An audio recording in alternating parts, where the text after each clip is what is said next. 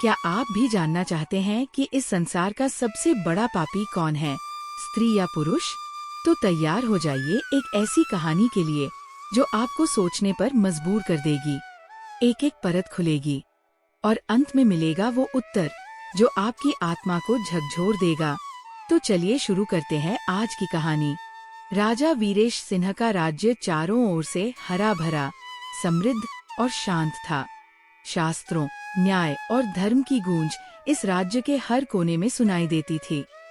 लेकिन जितना शांत ये राज्य बाहर से दिखता था, उतनी ही उथल-पुथल अंदर राजा के मन में चल रही थी। वीरेश सिंह एक धर्म प्रेमी और न्यायनिष्ठ राजा थे। उन्होंने अपने जीवन में कई युद्ध लड़े, अनेक फैसले सुनाए और हजारों लोगों के जीवन को छुआ। लेकिन अब उनका मन एक सवाल में उलझा हुआ था। एक ऐसा सवाल जिसका उत्तर न तो किसी विद्वान ने स्पष्ट दिया था और न ही शास्त्रों में इसका दो टूक जवाब था। वो रात चांदनी थी। महल का बाग हल्के झोंकों से हिल रहा था, लेकिन राजा की नींद गायब थी। वह अकेले चुपचाप बाग में टहल रहे थे। उनके चेहरे पर गहन चिंता की रेखाएं थीं। राजा स्वयं से, मैंने हर प्रकार के अपराध देखे हैं, झूठ, हत्या, विश्वासघात, अधर्म। पर जब मैं सोचता हूँ कि सबसे बड़ा पापी कौन है, तो ये सवाल मुझे चैन नहीं लेने देता। क्या पुरुष अधिक पापी होते हैं या स्त्रियाँ? तभी उनके पीछे से किसी ने आवाज दी, महाराज। ये आचार्य सौमित्र थे, राज्य के परम ज्ञानी राजगुरु। राजा, गुरुवर, क्या आप कभी इस प्रश्न पर विचार कर चुके हैं? सौमित्र, कौन सा प्रश्न, राजन? राजा, धीरे से, इस संसार का सबसे बड़ा पापी कौन है, स्त्री या पुरुष? आचार्य सौमित्र कुछ क्षण चुप रहे, फिर बोले, महाराज, ये प्रश्न जितना सरल लगता है उतना है नहीं। यह प्रश्न धर्म, समाज, व्यवहार, परिस्थिति और भावनाओं की गहराई से जुड़ा हुआ है। कभी स्त्री पापिनी दिखती है, कभी पुरुष पाप का प्रतीक बन जाता है। लेकिन सत्य तक पहुंचना है तो अनुभवों से गुजरना होगा, न कि तर्कों से। राजा, तो क्या इसका कोई उत्तर नहीं है? सौमित्र, उत्तर है, पर वह एक मनुष्य नहीं दे सकता। आपको चलना होगा वहाँ जहाँ समय ठहरता है, जहाँ सत्य केवल शब्द नहीं, अनुभव है। आपको मिलना होगा महातपस्वी बृजानन से। अगली सुबह राजा, आचार्य सौमित्र और कुछ अंगरक्षकों के साथ घने जंगल नंदीवन की ओर निकल पड़े। ये वन अपने रहस्यों और तपस्वियों के कारण प्रसिद्ध था। करीब 4 कोस की यात्रा के बाद वे एक छोटे से कुटीर के सामने पहुँचे। वहाँ धूप में ध्यान मग्न एक वृद्ध तपस्वी बैठे थे। धवल दाढ़ी, शांत चेहरे पर चमकती आत्मा की आभा। राजा ने उनके चरणों में प्रणाम किया। प्रणाम गुरुदेव, मैं एक प्रश्न की खोज में भटकता भटकता आपके द्वार आया हूँ। बृजानंद ने आंखें खोली, हल्की मुस्कुराहट के साथ बोले, मैं जानता हूँ राजन, सत्य की खोज करने वाला कभी अकेला नहीं होता। ईश्वर उसे मार्ग दिखाता है। पूछो, क्या जानना चाहते हो? राजा ने पूछा, इस संसार में सबसे बड़ा पापी कौन है, स्त्री या पुरुष? ये सुनकर तपस्वी कुछ क्षण मौन हो गए। फिर कुछ क्षण के बाद बोले, राजन, तुम कोई छोटा प्रश्न नहीं पूछ रहे। ये प्रश्न केवल लिंग का नहीं, यह प्रश्न न्याय, भावना और कर्म का है। इसका उत्तर मैं शब्दों में नहीं दूंगा। मैं तुम्हें 3 घटनाएं सुनाऊंगा, 3 जीवन, 3 सत्य। हर घटना के अंत में तुम स्वयं निर्णय करोगे कि पाप किसके हाथों हुआ। राजा, मैं तैयार हूँ गुरुवर। बृजानंद, ठीक है, ध्यान पूर्वक सुनो पहली कथा। ये कथा है एक नारी की जिसने अपने प्राणों से भी प्रेम निभाया, और एक पुरुष की जिसने उसी प्रेम को रौंद डाला। सौम्यता की जीवन गाथा। सौम्या का जन्म एक साधारण किसान परिवार में हुआ था। उसका स्वर मधुर, हृदय निर्मल और स्वभाव अत्यंत सहनशील था। वह छोटी उम्र से ही अपने माता पिता की सेवा करती रही थी। नारी धर्म, गृह कार्य और तप उसके जीवन के स्तंभ थे। जब उसकी शादी विनीत से हुई तो उसने सोचा, अब मेरा संसार पूर्ण हो गया। पति ही भगवान हैं, उनका सुख ही मेरा धर्म। पर सौम्या को क्या पता था कि जिसके चरणों में वह जीवन समर्पित कर रही है, वही व्यक्ति धीरे धीरे उसके जीवन को अंधकार में धकेल देगा। विनीत का छिपा रूप। विनीत, जो बाहर से शांत, संस्कारी और पढ़ा लिखा दिखता था, भीतर से अत्यंत स्वार्थी, लालची और चरित्रहीन था। वह संपत्ति और रूप की पूजा करता था। विवाह के कुछ महीने बाद ही उसका मन सौम्या से ऊब गया। वह अपनी दासी दीपा के रूप रंग और चालाकी से प्रभावित हो गया। दीपा को भी मालूम था कि अगर वह विनीत को अपने वश में कर ले तो राजपुर की हवेली उसकी हो जाएगी। धीरे धीरे दोनों का संबंध गहरा होता गया। सौम्या, जो विनीत के व्यवहार में बदलाव देख रही थी, दुखी थी, पर उसने कभी आवाज नहीं उठाई। सौम्या एक रात अकेले में अपने आप से पूछती है, क्या मुझमें कोई कमी है? क्यों विनीत मुझसे दूर होते जा रहे हैं? मैं तो हर दिन पूजा करती हूँ, उन्हें सच्चे मन से प्रेम करती हूँ। फिर क्यों? षड्यंत्र का आरंभ। विनीत और दीपा दोनों को एक ही बात परेशान कर रही थी। सौम्या, वह हटे तो हवेली और दौलत पर दीपा का अधिकार हो जाए। एक दिन दीपा ने विनीत को उकसाया, दीपा, धीरे से, तुम्हारी जिंदगी की सबसे बड़ी रुकावट सौम्या है। जब तक वह रहेगी, तुम मेरे साथ कभी आजाद नहीं हो सकोगे। एक उपाय है, हमेशा के लिए उससे छुटकारा पाने का। विनीत, क्या मतलब? दीपा, एक पुराना कुआं है जंगल के किनारे।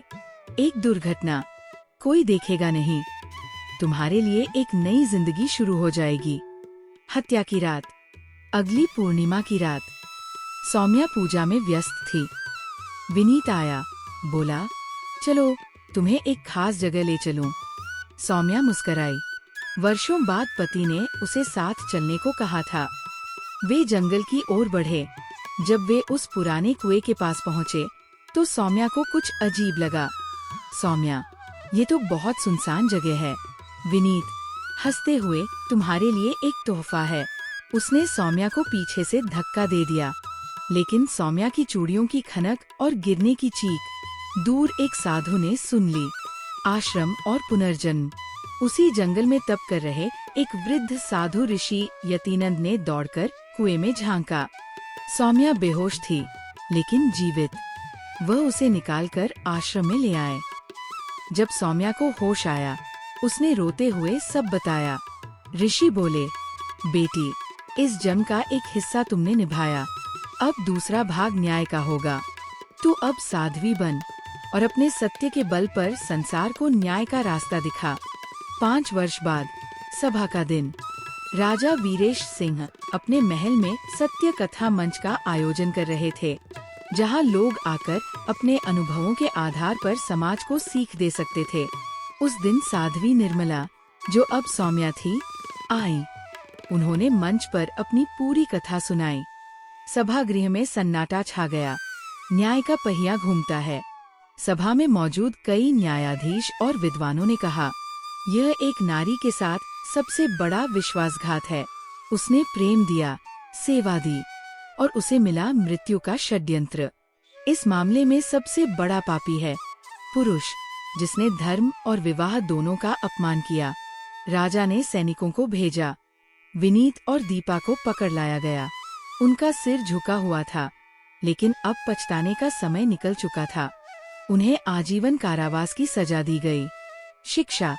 तपस्वी ब्रिजानंद राजा को ये कथा सुनाकर बोले, राजन, जब कोई स्त्री धर्म, प्रेम और सहनशीलता का रूप होती है और पुरुष अपने अहंकार, वासना और लालच में उसे नष्ट करता है, तो वहाँ पुरुष ही पाप का सबसे बड़ा प्रतीक बनता है। राजा, आपकी बात सत्य प्रतीत होती है, किंतु क्या ये हर बार सही होती है? ब्रिजानंद मुस्कुराते हैं, नहीं राजन, इसलिए अगली कथा सुनो, जहाँ स्त्री ने भी ऐसे पाप किए जिससे पुरुष की आत्मा कांप उठी। अब तपस्वी ने तीसरी कहानी सुनाना आरंभ किया। ये कहानी है विश्वासघात का जहर। प्रहलाद बचपन से ही धार्मिक और सच्चे हृदय वाला युवक था। उसके पिता एक वेद पाठी ब्राह्मण थे और माँ एक संयमी गृहिणी। प्रहलाद ने बचपन से ही सीखा था कि धर्म, सत्य और सेवा जीवन के 3 स्तंभ है। जब उसका विवाह माया से हुआ तो सभी ने कहा, भाग्यशाली है प्रहलाद, जिसे इतनी रूपवती और गुणी पत्नी मिली। शुरुआत में सब ठीक चला। माया ने पूरे गांव में अपना सौंदर्य और चतुराई का जादू बिखेर दिया, परंतु भीतर से उसका स्वभाव धीरे धीरे खुलने लगा। अहंकार की पहली दरार। माया सुंदर तो थी, पर उसे यही लगता था कि मेरे रूप के सामने हर कोई झुकना चाहिए। वह चाहती थी कि उसका पति प्रहलाद हर बात में उसकी हाँ में हाँ मिलाए। प्रहलाद बहुत संयमी था। वह बहस नहीं करता था, लेकिन माया की अपेक्षाओं पर खरा भी नहीं उतरता था। धीरे धीरे माया को ये लगने लगा कि प्रहलाद उसका योग्य पति नहीं है। माया एक दिन अपनी सहेली से, क्या फायदा ऐसे पति का जो मेरे रूप की कद्र नहीं करता, न धन है न अधिकार, बस पूजा पाठ करता है, पराई चाह की शुरुआत। इसी बीच गांव में एक अमीर साहूकार अरुण आया, जो रूप, धन और ताकत का प्रेमी था। वह माया की सुंदरता पर मोहित हो गया। माया, जो पहले से असंतुष्ट थी, जल्द ही उसके झूठे शब्दों और महंगे उपहारों के जाल में फंस गई। अब उसका पति उसे बोझ लगने लगा। माया ने निश्चय कर लिया, अब इस घर में नहीं रहना और प्रहलाद को ऐसे रास्ते से हटाना है कि कोई मुझ पर उंगली भी न उठा सके। षड्यंत्र, तंत्र का सहारा। माया गांव से बाहर रहने वाले एक रहस्यमय तांत्रिक कालवश के पास पहुंची। माया, मुझे मेरे पति से छुटकारा चाहिए, बिना किसी को शक हुए। कालवश हंसा, नारी जब छलना चाहे तो ब्रह्मा भी भ्रमित हो जाए। मैं एक यंत्र दूंगा, इसे उसकी पूजा की जगह पर रख देना। वह धीरे धीरे मानसिक रोगी हो जाएगा। लोग समझेंगे कि पूजा के अति में वह पागल हो गया है। प्रहलाद का पतन। माया ने वही किया। कुछ दिनों में प्रहलाद बेचैन रहने लगा। पूजा में ध्यान नहीं लगता, सिर दर्द, भयावह सपने और शरीर का कंपन।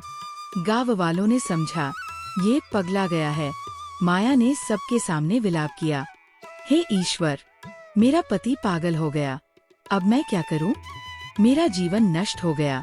गांव वालों ने सहानुभूति दिखाई। माया अब खुलकर अरुण से मिलने लगी। एक संत का आगमन। एक दिन गांव में एक यति राम निवास आए। वे प्रहलाद को देखकर बोले, ये पागल नहीं है, इस पर तंत्र का प्रभाव है, किसी अपनों ने ही इसे गिराया है। उन्होंने प्रहलाद को एक विशेष पूजा कराई और रक्षा यंत्र पहनाया। 3 दिनों में प्रहलाद पूरी तरह ठीक हो गया। अब माया की घबराहट शुरू हो गई। पर्दाफाश। प्रहलाद अब शांत नहीं था। उसने यति की सहायता से कालवश को पकड़वाया। तांत्रिक ने सब सच उगल दिया। माया के कहने पर उसने तंत्र प्रयोग किया था। प्रहलाद स्तब्ध था। जिसे मैंने अपना जीवन समर्पित किया, उसी ने मुझे पागल बना दिया। राजसभा में न्याय। मामला राजा वीरेश सिंह तक पहुंचा। राजसभा में माया, प्रहलाद और कालवश तीनों को बुलाया गया। गवाहों और स्वीकारोक्ति के बाद राजा ने निर्णय सुनाया, ये घटना न केवल पति के साथ विश्वासघात है, बल्कि धर्म, विवाह और समाज के मूल को तोड़ने का प्रयास है। इसमें स्त्री ने छल, तंत्र और हत्या का षड्यंत्र किया। अतः इस कथा में सबसे बड़ा पापी स्त्री ही है। माया को कारावास और कालवश को देश निकाला मिला। निष्कर्ष। तपस्वी ब्रिजानंद राजा को कथा समाप्त कर बोले, राजन, जब स्त्री अपने रूप और अहंकार को हथियार बना ले, तो वह देवियों का नहीं, दानवियों का मार्ग चुनती है। यहाँ स्त्री ही पाप का स्रोत बनी। राजा ने सिर झुका लिया। पहली कथा में पुरुष दोषी था, दूसरी में स्त्री। तो क्या सत्य का कोई निश्चित चेहरा नहीं है? ब्रिजानंद मुस्कराए। इसलिए अब सुनो तीसरी और अंतिम कथा, जहाँ दोनों, स्त्री और पुरुष, समान रूप से पाप के भागी बने। अब तपस्वी ने चौथी कहानी सुनाना आरंभ किया। ये कहानी है जब दोनों पापी निकले। एक दिखावटी रिश्ता। राघव और सुरभि दोनों की शादी एक बड़े व्यापारिक परिवार के मेल से हुई थी। शादी से पहले दोनों को एक दूसरे से बहुत उम्मीदें थीं। सुख, दौलत, सम्मान और प्रेम। पर विवाह के कुछ ही महीनों में उन दोनों की सच्चाई सामने आने लगी। राघव को स्त्री से अधिक धन प्रिय था, सुरभि को पति से अधिक अपने अधिकार। दोनों एक दूसरे को नीचा दिखाने में ही खुद को ऊंचा समझने लगे। अहंकार बन गया जीवन का आधार। राघव अपने व्यापार में व्यस्त रहता और कई बार महिलाओं के साथ रंगरेलियां मनाता। वह समझता था कि सफल पुरुष वही है जो हर इच्छा पूरी कर सके। वहीं सुरभि, जो तेज बुद्धि वाली और आत्मसम्मानी थी, ये सब देखती पर चुप रहती नहीं।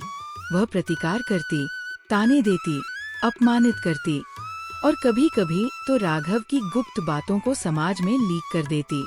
रिश्ता अब सम्मान या प्रेम का नहीं, बल्कि प्रतिशोध का बन चुका था। घातक निर्णय। एक दिन सुरभि ने राघव की एक महिला मित्र के साथ तस्वीरें अपने दासी से मंगवाई और उसे नगर में फैला दिया। राघव ये जानकर आग बबूला हो गया। राघव, अब ये रिश्ता खत्म। अब तू मेरे धन से जिएगी नहीं। अब देख, मैं तुझे क्या बनाता हूँ। उसने सुरभि के पिता के व्यापार पर झूठे कर्ज का मुकदमा करवा दिया, जिससे उनकी प्रतिष्ठा गिर गई। दोनों का चरम पाप। राघव ने सुरभि को सबक सिखाने के लिए उसे मनोरोगी घोषित कराने की योजना बनाई। उसने रिश्वत देकर वैद्य को मैनिपुलेट किया कि वह सुरभि को मानसिक रूप से अस्थिर घोषित कर दे। उधर सुरभि ने एक कदम और आगे बढ़ाया। उसने राघव के भाई की हत्या का झूठा आरोप राघव पर लगा दिया। अब मामला केवल पति पत्नी के झगड़े का नहीं रहा, ये पाप का युद्ध बन चुका था। मामला पहुंचा राजसभा। जब ये सारी घटनाएं उजागर हुईं, झूठे आरोप, बदला, धोखा, रिश्वत, अपमान, तब लोग समझ गए कि इन दोनों में कोई निर्दोष नहीं है।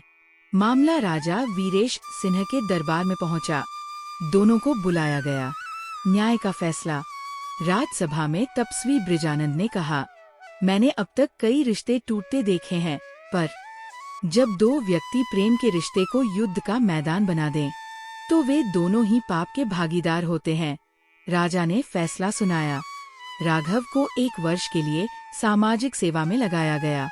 उसके धन का अधिकांश भाग नगर कल्याण के लिए ले लिया गया। सुरभि को महिला आश्रय गृह में भेजा गया, जहां उसे आत्मचिंतन और शिक्षा में समय बिताना था। सीख। बृजानंद बोले, जब रिश्ते में प्रेम की जगह प्रतिशोध ले ले, तो स्त्री और पुरुष दोनों राक्षस रूप धारण कर लेते हैं। ये कथा बताती है कि पाप किसी एक का नहीं होता। जब दोनों सीमाएं लांघें, तो दोनों ही दोषी है। राजा ने सिर झुका लिया। राजा, धीरे से, अब मैं समझ रहा हूँ। कभी पुरुष दोषी, कभी स्त्री, पर कई बार दोनों ही पाप की ओर चलते हैं। अब मुझे आखिरी उत्तर चाहिए, गुरुवर। बृजानंद मुस्कराए। तो अब सुनो अंतिम भाग, जहाँ तुम्हें उत्तर नहीं मिलेगा, बल्कि तुम्हें स्वयं निर्णय करना होगा। सत्य क्या है? 3 कथाएं सुनने के बाद राजा वीरेश सिंह पूरी रात मौन बैठे रहे।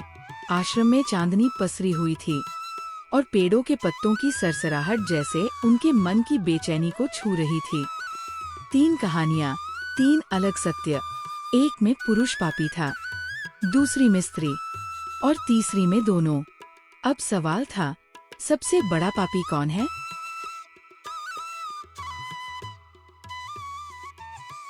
बृजानंद का अंतिम उपदेश।